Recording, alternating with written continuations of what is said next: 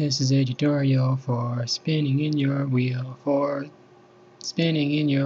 and wheel. So today we're going to be learning how to do front handsprings. Yeah. First I'm going to show you guys how to do, I guess, like a basic handspring that doesn't really work that well, but it'll get you into the swing of things and you'll start to feel the motion. And then I'm going to show you what I guess I would call advanced handsprings, where we do some really kick-ass handsprings. So what is a front handspring?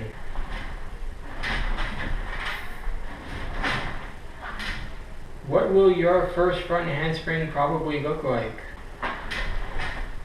Whoa! Oh my gosh, I fell out of the wheel.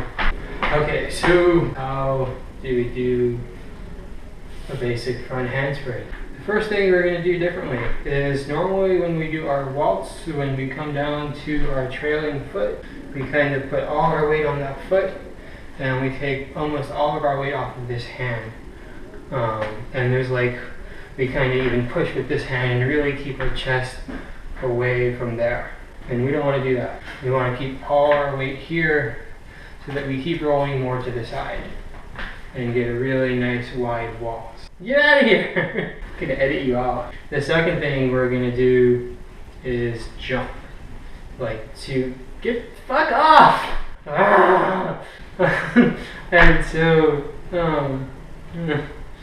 the second thing we're going to do is kind of jump to our hand. So after we get like a nice wider than usual roll, because our weight is here, we're then going to like jump and give a push forward to our hand. Because instead of like waltzing and stopping here and coming around this way, we want to keep going, and then we want to walk the wheel over like that, you know?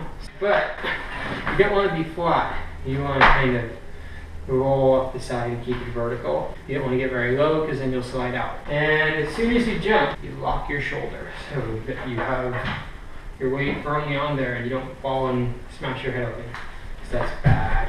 So let me show you a couple of those. Wide waltz, where we lean our chest toward the way we're going more than usual.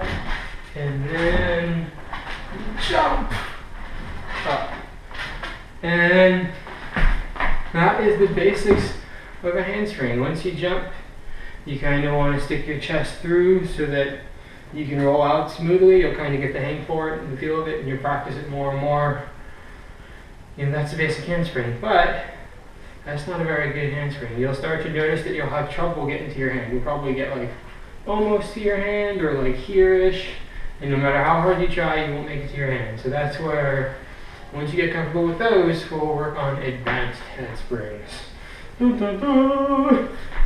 for advanced handsprings, basically, we're not really going to jump as much, and it's going to be more of a smooth roll all the way up to our hand, and we're going to throw our whole body and head and chest into it. You'll probably kill yourself if you haven't already experienced the crappy handsprings first. So what's going to happen differently here is we're actually going to start our handspring on our leading foot before we come down, and then we're going to throw our whole body into it, kind of like feet first and our chest and our head. It's all going to come in. You're going to bring your trailing foot, it's going to come down and like drag the wheel down, and then our hand's also going to drag down, and we're kind of coming from all the way across. So it's like a really strong push, and your head is in the wheel, your body gets locked in place, and then as your hand starts to get down, it's right about to touch the floor, you lock it and you throw your head up and forward. If you're busy looking at your hand to try to see how high up you got, you're not going to be able to really commit and get past your hand. If you want to get your handsprings to go all the way up here to the point where you touch your hand on the floor on the way up and then you touch your hand on the floor a distinct time on the way down, you can't be looking at your hand. You need to throw your head and chest all the way in, which is why I recommend getting good at just basic handsprings first. And I'll do a couple this way where I really throw my whole body in so you can kind of see how it looks. And start here. And I threw my body all the way in. You get a lot of force that way.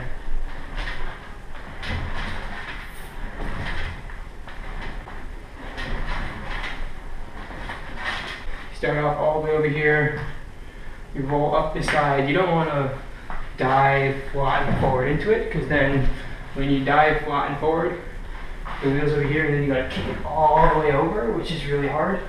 So you want to come around. When you do this, it's almost like a inward roll, and then you can roll all the way up, smoother, and come back out.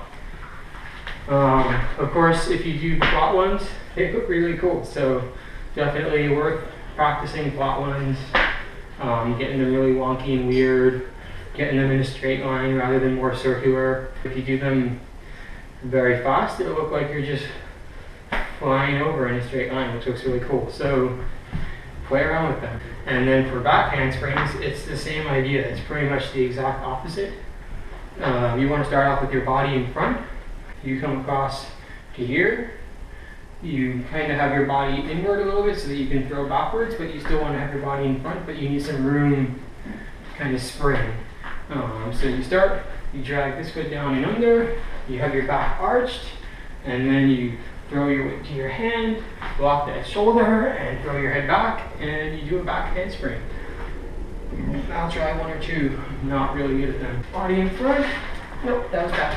Bad. I don't want to hit the wall. Body in front. Yeah. No, freaking lights everywhere. I can't do this in here.